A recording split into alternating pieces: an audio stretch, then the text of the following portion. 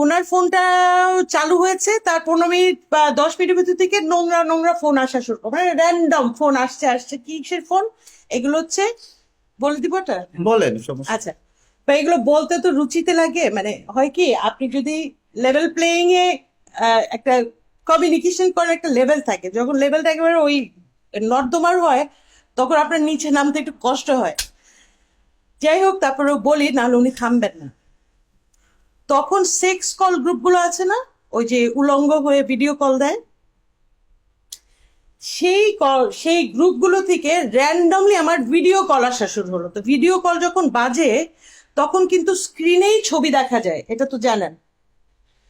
যখন video call আসে তখন কিন্তু অলরেডি স্ক্রিনে আপনার অথবা হয়তো বা অন হয়ে গেছে, মানে যাই হোক, আমি তো তখন একটা মানে বিভীষিকার মধ্যে পড়ে গেছি যে এইগুলো কি, হোয়াট ইজ দিস, এটা কি হচ্ছে।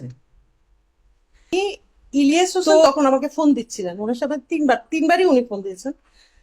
তো আমি তখন ওর নাম্বারটা পেয়ে গেলাম। তো তখন আমি টেক্সট দিলাম যে আপনি কি এই কাজ করছেন, এটা বন্ধ করান। তখন উনি বললেন আপনার ফোনটা 20 মিনিট কমপ্লিটলি বন্ধ করে দেন। আমি ফোনটা 20 মিনিট কমপ্লিটলি শাট ডাউন করে দিলাম। তারপরে 20 মিনিট পরে খুললাম, যে তাহলে উনি নিশ্চয় জানেন এই সমস্ত টেকনোলজি।